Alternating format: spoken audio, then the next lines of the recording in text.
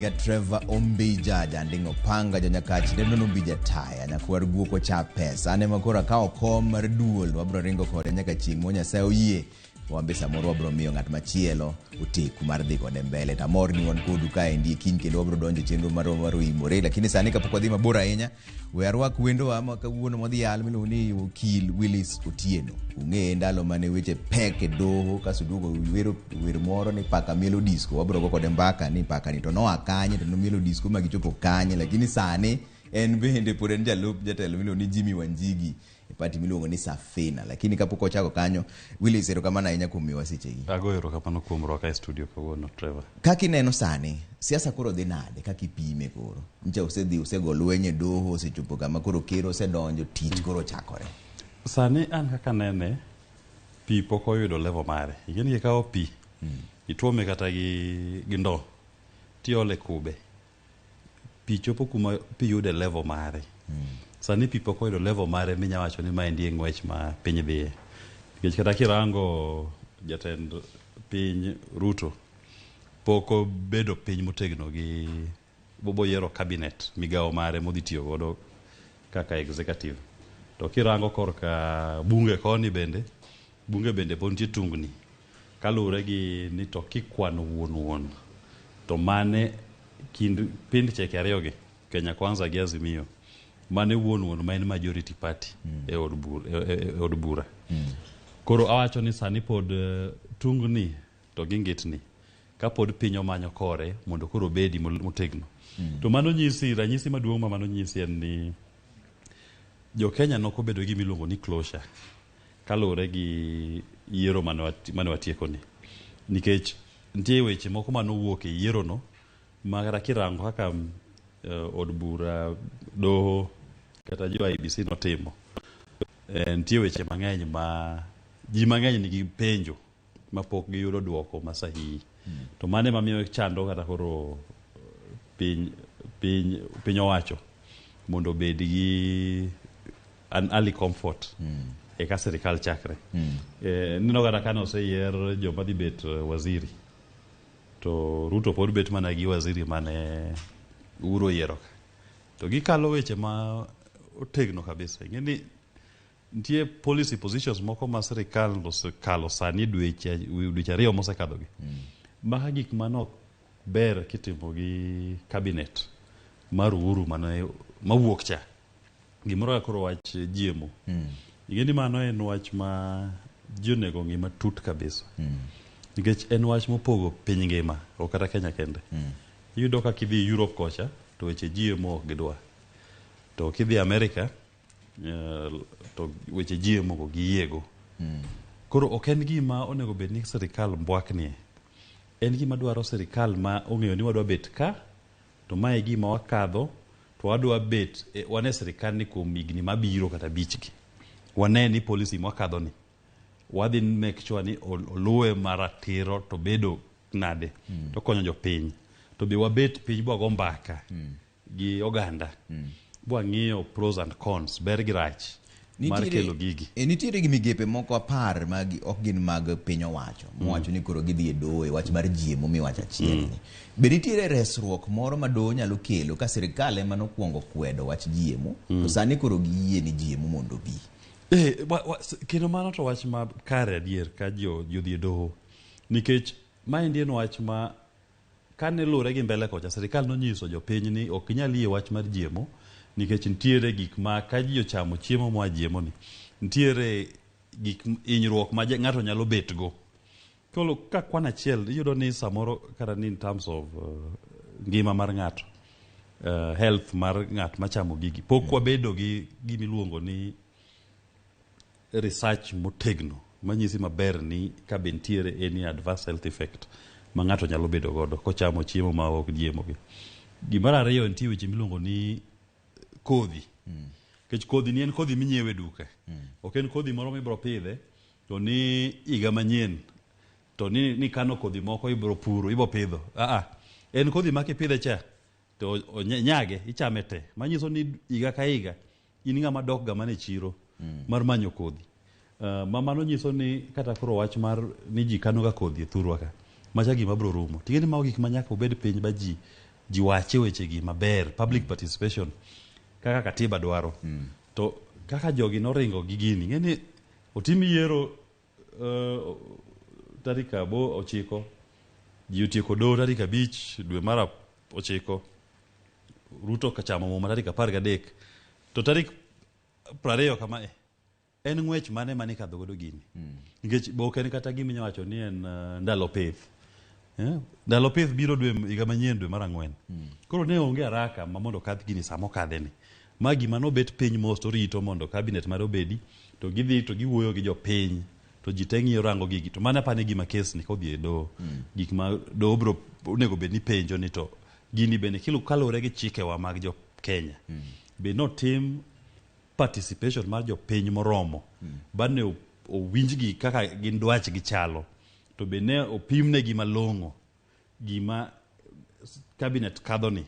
Be en gima dhi konyo jopiny, to en gima nyalo jopiny, to kapo ni nyalo jopiny, en chandruok chenro mane moket piny mar loso kor geng'o masira manyalo wuok kuom kelo ji e mosi. In kaka okil kendo ja siasa bende, nitiere wach moro ma Azimio koro dwa ni otere doho bende, wach mar ni jomage mar kweth mane mang'eny e od bura.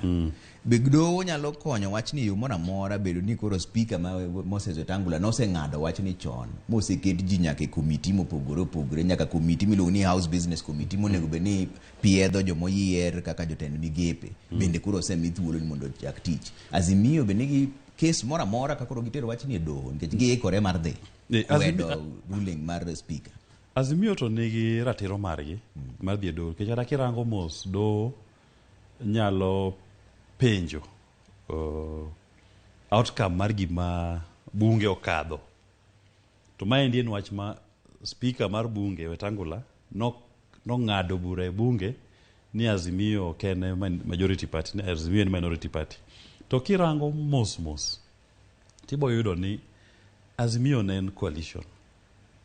To bang' kane osetim yiero, kikwana bang' yiero joma ne oyiere e od bura gi duond Azimio, ne ging'eny kikwano gi 1, 2, 3 kikompea gi jok mano yiere duond bura mar Kenya Kwanza. To lakini nikech siasa maro en siasa maonge, en siasa mar self interest, en siasa ma onge wich kuot, siasa maonge principles.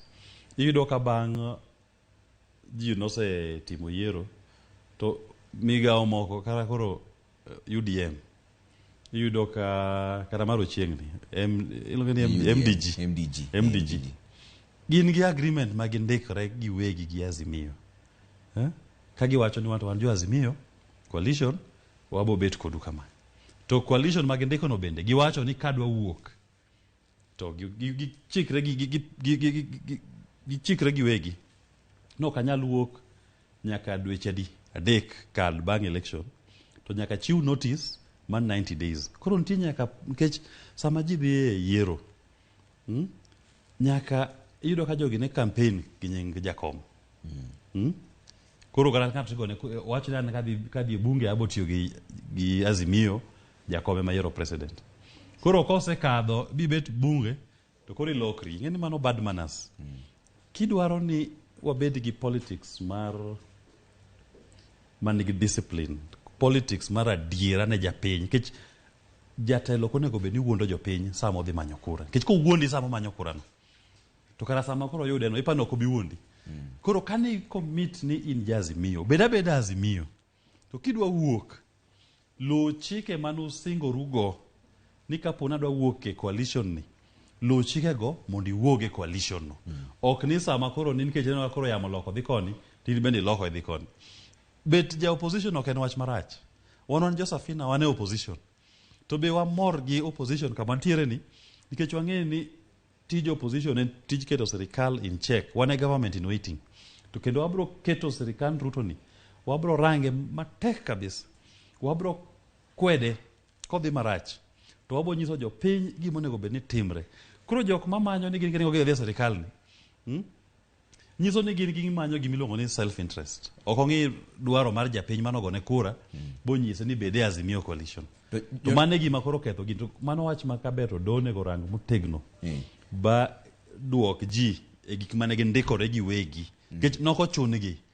kade be no chuni sign coalition to ni sign nango ne gin gi nafas kapok otim yiero mar invoking procedures mag wuok e coalition go no moko kuom gi ka jo anya paro jo pa gi jo maendeleo chap do ne gidhi do mondo giwuogi bado wito otasa gigo ka wacho ni magi mano ndiko kendu un use benefit yudo ber moro e coalition arrangement uno koro nyaka beda ba dweche adek karumi ekichak instigate yo mar wuok to kata kamano jonon siasa wacho ni ok inyal chuno ng'ato bedo kamoko dwa bet nikech ing'e gimomiyo ywaruok ng'enye wach mar ni kweth mane mang'eny e od bura en ni biro bedo gi komiti omiyo biro ka wach moro mar sirkal biro e od bura kaendi to jou nyalo kwedo wachno kata ginyalo yiego ka un jo mang'eny kaka kweth koro ji osewuok kwano kaka MDG mar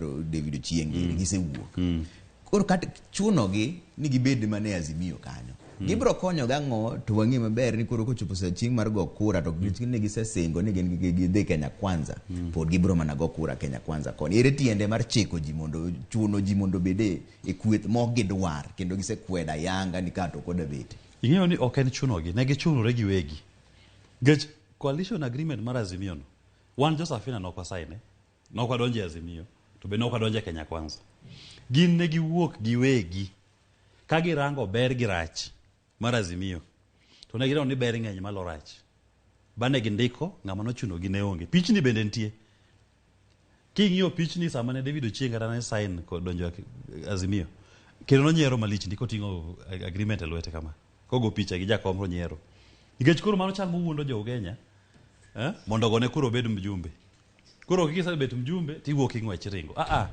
samani donje mos gi Yesu no beda kanyo mos gi Yesu dweche adek korumo wuok gi Yesu to mano mana wach mar coalition kendo coalition no konyo coalition ma intiere no to determine ni mane men majority party okonyiso ni bro chuni ni go kura ka coalition mari wacho go kura tinyala go kura kakidwaro in individual member mar bunge kakigo kura to mando kura en mari lakini wabed jok ma practice politics of good order politics of deceit politics mar wuondruok kech iwuondo jopiny nini ja Azimio ni wacho kendi ba jopiny ogo ni kura ka ja Azimio kech kidhi kuonde kata koro ma pa wuoke ni kata maendeleo chap wuoke ukambani kaendi ni tijo mano chungi UDA no giwuondo jopiny ni wan jo Azimio ne giwuok chakre tiende wuon anta ja Kenya Kwanza ana ja UDA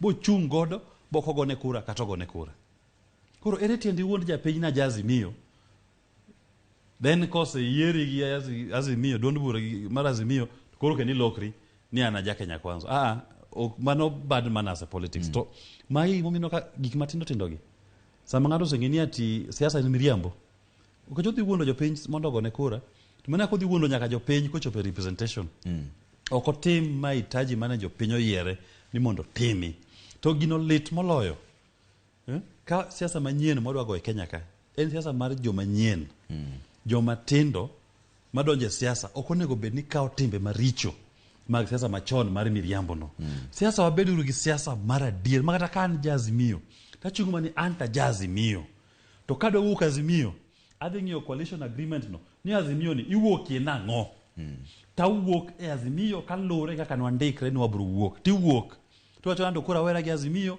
chakre chieng' ma kama asewuok kata katek bende gidwa dire moloyo ibet thuon dhi giduogo jakom kane wuok Ford Kenya 1995 97 dongo resign lang'ata ka bo timba election bed ng'ama thuon ma ideology gumi believe ni dhieno we nyaka kom mano yieri gi chama moro bi resign nyaka kaka mbunge idogi nyis jopiny nando kora weyo ana dwaro ni mondo yiera kaka mbunge maru gi duond bura manyien or coalition manyien ji kamur komen gi nosa yier koro dhi bedo waziri okomono idhi timba elections tuche gigo ji dhi chung Wetangula no yier speaker idhi timba election thurgino kata David Ochieng gini jo maendeleo chap jo paka jo UDM manderaka mano wuondre ni gin jo Azimio ka. Wuoga kere kik wach ni wanto wawere gi Azimio, waresign nyaka kombe mano yiero ka wan jo Azimio, wan jo Kenya kwanza. Jo bie yiero manyien. Nitiere gimoro ka endi ma jotelo te ng'iyo ne jogi maluwogi. Dongruok mar piny luo. Kendo waseneno wach mar ni siasa dhi achiel gi dongruok mabiro e gwenge mopogore opogore. Nyocha waneno mabeka ka koro ker nowuok ne dhi to jotelo kobiro. Iwacho ni ng'ato onego chung' mathuon. To bende ere kama ikete ratiro ni koro maendi en thuon makelo jiemo to nitiere machielo be makelo dongruok. Nikech ng'ato kaka inyalo penjo MDG David Ochieng wacho ni gimomiyo owuok kanyo en ni koro serikal osekawo korka en Kenya kwanza. Teno dwaro ni dongruok obi ne joge. To kidhi korka Homabay mano kobiro kama ker ne nitiere maseyo mawacho ni nonego gibed kanyo mondo ginyis ker ni gima wadwaro kae kaka jo Homabay en 1, 2, 3. No gibiro. We achak gimar jo Homabay no. Gima nyaka wang'e maduong' en niya, ker ne dhi Homabay ka ng'ama di lemo. Ok onyiso ni ati ng'ato koseyier ker to kaneno ng'ama ilwalo piere kumoro amora modhiye. Piero adu. En owuok odhi kanisa.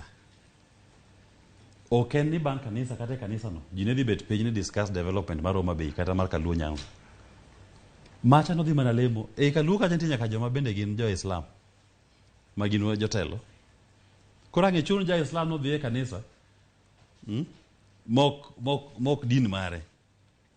Macha sama ja ker dhi lemo mano en a private affair mare kaka ker. En kinde gi Nyasache. To konego bed wachuno jotendwa ni kama ker odhiye to nyaka odhi mana bun nyaka chieng' idhi mana lemo kanyo. Samoro ni bende nigi chenro mari mane pango chieng' no. To ka dine bed ni ker luongo bura mar jo Homabay kata jo Nyanza kata jo Luo mar discuss national government programs kata projects magidwa timo thurwa to ng'ato dagi biro, then nyalo wacho ni nitiere shida. To be kirango mos katiba oloso migao minyalo wacho wechegi. Kech ker e chairman mar gimiluongo ni summit. Summit en platform ma kelo jo national government gi jo serikal mag county to gi discuss weche mag common interest. Koro kapo ni wanga odagi dhi e summit meeting to wanya wacho ni wanga kanyo to kori koso. Kech summit en gima chike moloso. To kae ndi monego bed ni wache weche mag dongruok mag serikal maduong' gi serikal matin. Nitie gimiluongo ni intergovernmental the budget council IBEC mabedo ma itelo ne gi jalup ker. Mano bende kuma gi discuss weche mag pesa kind serikal maduong' gi serikal mar county. Koro nego bed ni kapo ni jalup ker luongo bura mar IBEC to orengo dagi dhiye to kanya nyalo kwanyo lweny gi orengo ni to kendo orengo yawa. Maendi en gima chike moloso. En bura monego bed nubet ga godo kaka serikal mamalo gi serikal mapiny mondo wach weche ma konyo oganda. To inok idhi nango mane nyalo kwanyo kode lweny. To kakoro ni idwa keto governor marwa ni en tije luo mana ker ka dilemo. Koro chieng' moro akero dhi holiday Rusinga Island, Rusinga Lodge. Konego luwe. Koro libo bugri ni koro waluwe ni udluwe ni koro kero biro holiday nyaka luo. Koro governor so tijegi gin tije ma tij bet gi ker ni koro ka ker go abal kata mako reche nam kanyo. To koro wan wantie wani ng'emano mako maduong' so mako wabed jok ma ong'eyo ni sami weche development gi weche mag ng'ato bira gibiluongo ni private visit. Okay. To county ka endi be koro nitiere jok moko manigi ywak moro. Nyocha an Kisii nyoro kae Simbarati koro ne oyudo kondiki ji mokadho 300 dweche 3 mogik makasi loke jatelo governor mag Kisii. To kuondego kata Homabay kanyo be ji ywak nitiere jotich moko ma giluongo ni ghost workers moko kone to gintie kanyo. To kata kamano jomoko bende ywak ni anto nondike county ka to nikech koro chik telo lokore dipo koriemba tich. Gin gi ratiro aila mane ka koro ochimo korka do koni ni tiji en tiji ma ok ni ka jatelo machielo biro governor to ni koro itetni e kom ni dipo koriembi. Gima duong' mokwongo en ni wan gi pend chik mag piny ma protect jotich. Koro jatich ng'ata mondik tich. Tich kondiki tich mana en contract. Konego bed gi luoro ni ati nyalo mai tijno ki obela. Kara mondo mai tiji nyaka lu chik. To lakini gima kara wacho ni Simba wacho no. Counties mang'eny wache ni governors mane wuok gi ng'enygi ne dweche adek ma ketam girumogi iyudo ka ng'ato ne en job group moro mapiny to oringa malo dichiel okalo job group kata 4 koidho malo to chike mag human resource mag county to wacho ni samoro ni kine job group n nyaka ikaw 3 years e job group no kapok omedi cheo to koro mai nikech governors moko ne dhi iyudo ka ng'ate moro manondiko tich e job group mapiny oriembe ng'wech dweche 2 en osebede mana koro sani en level ma director kata level ma chief officer kaponi promotions to noyudi notimie yo moko lure gi chik kaponi ng'ato nondik tich magara nokolandi in ng'ato goli mane odi e pien ni dhi ibed governor in koro in ibed county work ibed jatij county nokolande kaka chike mag counties wacho aoyo man to koro nyaka walururu chik ng'ato ok nyal tiyo gi position ni koro ndika ji kamano nikech iyudo ka counties moko sani osechopo kuma iyudo ka wage bill margi pesa ma gichulo sara chamo 80% mar pesgi manyiso ni county ni eno exist mana mar chulo jomoko pesa ok mar kelo dongruok ne jopiny koro counties nyaka tim gimiluongo ni human resource audit bagi confirm ni joma wacho ni gin jotich e county gi number 1 be gin tie adier gin tie ng'ato en ghost worker ni en e payroll mar county to nondike e job group moro mapiny kanyo monego bedie to kidhi e payroll iyudo ka en e job group moro mamalo e ochala oromo mana gi deputy governor e scale mar employment ma as a ghost worker nyaka duoke mana kuma onego bedie to koduoke pesa piny ok onyiso ni ati oriembe tich ema ni luwo chik mondo duoke kuma onego bedie HR audit onego bed ni nyisowa ni tich manondikine be in gi qualifications no samoro in koro ndiki ni daktari to kwa ng'iyo oteseni ni somo welding koro ng'ikawo ja welding ni ema dhi timo ne ji theatre Siaya district koro nyaka watim ni tich mondiki gi tich mitimo match gi qualifications magi to kaka nondiki tich bende nolore gi maber to governors kik luor kiyudo ni jok moko nokela kela kanyo mondo pong ni kanyo nikech samoro bende itimo ni mano mondo kideliver nyaka ikaw chir bilo chik tigolo go jogi tije gigo Jaduong' Willis ka koro watieko nitiere wach moro mane wuok go e do kaendi mar paka mielo disco wach ni noa kanye ang'o miyo noloke kama nikech koro jomoko wacho ni koso noloke tugo miyo koro jogo duogo wacho ni gino nobedo hotel gino noken tugo gima duong' ne niya ma ok yiero mokwongo tim Kenya ka ima Isaac Hassan notimo yiero 2013 bwana neno gi wang'wa Isaac Hassan kendo timo yiero Chebukati timo yiero 2017 mokwongo gi mar ariyo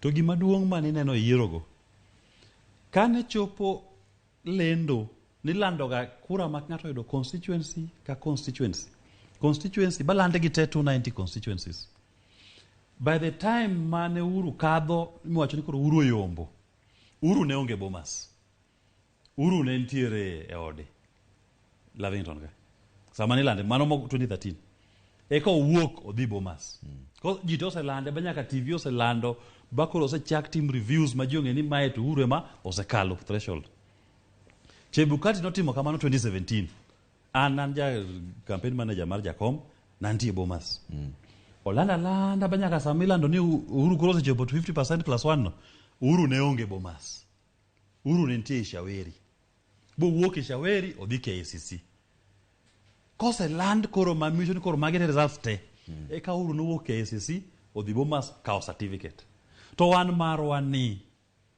ma ilunga ji ariyo gi te ng'ano luongo jogi gokinyi owe lendo gotieno 27 constituencies ne pokolandi ng'ama nong'e gi ne onge oluongo Raila ni Bibomas to oluongo Ruto ni Bibomas to lendo to weyo kwaya to miel manyiso ni kwe bentie Bomas ka ang'o miyo okolande debe ni lwenyi timre Bomas do wacho ni lwenyi timre momiyo okolande kwaya miel ma ji miel makino ja Tanzania ka winyore dungore to luongo jogi ka to wacho ni adwa lando gini to sama idwa lando jogi ni iluongo gi teni kara formula mane midwaga tiyo godo mondo iland godo ng'amo yombo ni omiyo nawacho ni makoro chal tukwaya nyakewa jaigni adek iluongo ni Michelle Mimi kadhi galime to nyisa ni Uncle Willis bi watugi to imane matugo kawuono tanyisa ni wayiero achiel matugo yani kitoys karibu karabishi to jakona ni Willis piki ponki paka mielo disco to ni molwari no mae manko mae matu ka wuono mane gi mane chibu katelo ko tuk mimi oluongo ora ela ngamara ngongo oluongo do Ruto mabose bedo la jalup ker odhi tu godo kamia ni koro chalo mana tuk wa here to tiyo ko ni Ruto ine president mar Kenya bi ongosa jopiny mano gima ne adwa ni Supreme Court ne ni mano tuk wa here kabisa makata mimi kade bedni nyise ni mimi maya ka wayero president mar Kenya do nyer bogore mana piny ka jogi ofu mana kama sa jadu Willis mane kama dango we Willis Otieno no kill kene jalup Jimmy Wanjigi party mar Safina obro dhi mbele gi chenro mar duo lakini sani angeni jotap ki ger seriously gidwa no tap ki koro anu walore mana ke kanyo nere kendo joma mabiro ero gawana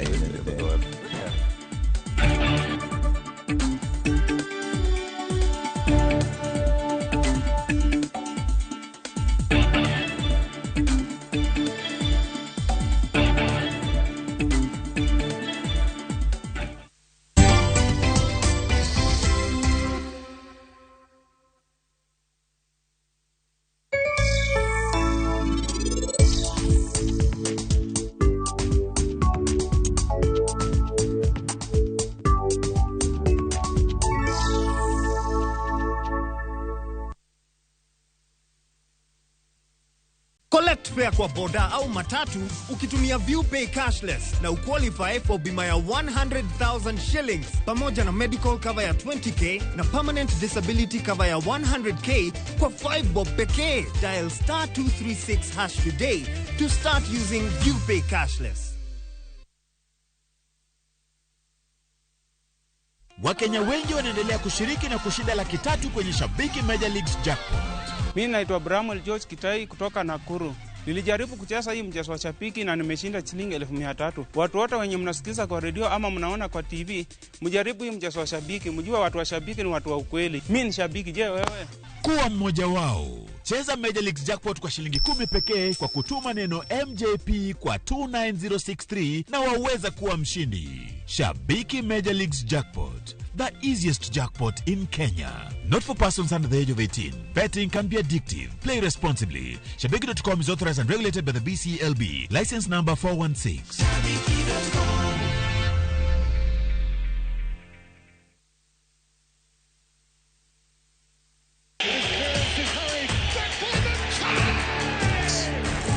Have doodles taken over your home? Hey, I need to suck your blood. Get bolt and get your home back. Unlike other insecticides made from